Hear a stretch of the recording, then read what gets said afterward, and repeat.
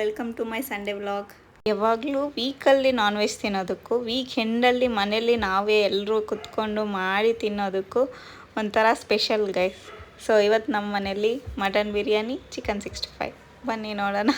ನನಗೆ ವೆಜ್ ಮಾಡೋದೇ ಬರಲ್ಲ ಗೈಸ್. ಇದರಲ್ಲಿ ನಾನ್ ವೆಜ್ ಅಂತೂ ಕೇಳಲೇಬೇಡಿ, ನನಗೊಂಚೂರು ಬರಲ್ಲ. ಸೊ ಯಾವಾಗಲೂ ನಮ್ಮ ಮನೇಲಿ ನಾನ್ ವೆಜ್ ಅಂದರೆ ಒಂದು ನಮ್ಮ ಮಮ್ಮಿ ಮಾಡ್ತಾರೆ, ಇಲ್ಲ ನಮ್ಮ ಹಸ್ಬೆಂಡ್ ಮಾಡ್ತಾರೆ. ಸೊ ಇವತ್ತಿನ ಚೆಫ್ ಬಂದು ನಮ್ಮ ಹಸ್ಬೆಂಡು. ಬನ್ನಿ ನೋಡೋಣ ಹೇಗೆ ಮಾಡ್ತಾರೆ ಅಂತ. ಸೊ ಸ್ವಲ್ಪ ಕುಕ್ಕಿಂಗ್ಗೆ ಐಟಮ್ಸ್ ಬೇಕಾಗಿತ್ತು, ಆರ್ಡ್ರ್ ಮಾಡಿದ್ದೆ. ಪಾಪ ನನ್ನ ಮಗನ ಎತ್ಕೊಬಂದು ಎಲ್ಲ ಚೆಕ್ ಮಾಡ್ತಿದ್ದೆ ಕರೆಕ್ಟಾಗಿ ಬಂದಿದೆಯಾ ಇಲ್ವಾ ಅಂತೆಲ್ಲ. ನಾನು ವೀಡಿಯೋ ಮಾಡ್ತೀನಿ ಅಂದ್ಬಿಟ್ಟು ನನ್ನ ಮಗ ಪೇಸ್ಟ್ ಎಲ್ಲ ಓಪನ್ ಮಾಡಿಬಿಟ್ಟು ಹಂಗೆ ರಿವ್ಯೂ ಕೊಡೋ ಥರ ವೀಡಿಯೋ ಮಾಡ್ತಿದ್ದಾನೆ.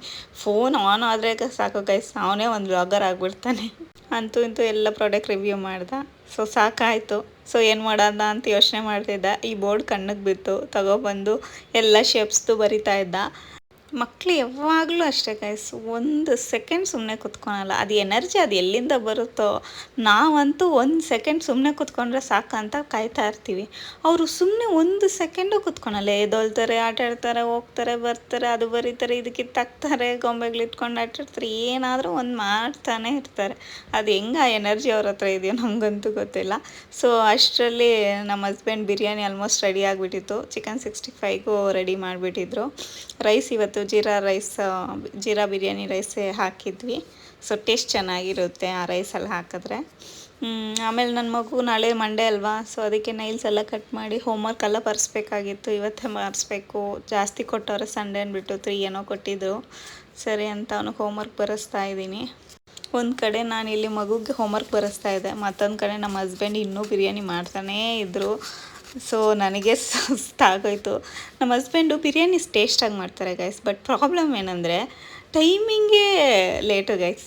1 ಅವರ್ ಮಾಡೋ ಬಿರಿಯಾನಿನ ಮಿನಿಮಮ್ 2 to 2.5 hour ಮಾಡ್ತಾರೆ. ಸೊ ನಮಗೆ ಇವಾಗ 1 o'clock ತಿನ್ನಬೇಕಂದ್ರೆ ನಾವು ಬಿಫೋರ್ 2-3 hours ಮುಂಚೆನೇ ಹೇಳ್ಬಿಡ್ಬೇಕು, ಆವಾಗಲೇ ರೆಡಿಯಾಗಿರುತ್ತೆ.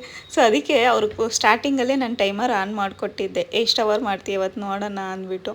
ಇನ್ನೂ ಮುಗ್ದಿಲ್ಲ, ಬಟ್ ಅದು ಒಂದು ಸಲ ಚೆಕ್ ಮಾಡೋಣ ಅಂತ ಕರೆದೆ. ಅವ್ರ ಫೋನಲ್ಲಿ ನೋಡಿದೆ ಎಷ್ಟು ಟೈಮ್ ಆಗಿರುತ್ತೆ, ನೀವು ಗೆಸ್ ಮಾಡಿ ಗೈಸ್. ನಾನು ನೋಡಿಬಿಟ್ಟು ಶಾಕ್ ಆದೆ.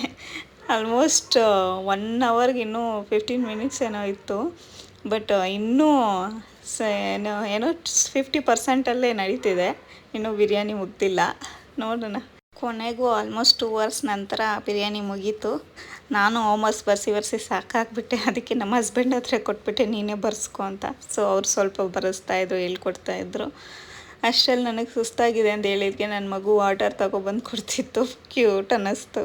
ಇವಾಗಲೇ ಗೈಸ್ ಕೊಡ್ತಾರೆ, ಆಮೇಲೆ ಸ್ವಲ್ಪ ದಿನ ಆದಮೇಲೆ ನಾವೇ ಕೊಡಬೇಕು. ಏನು ಮಾಡೋದು.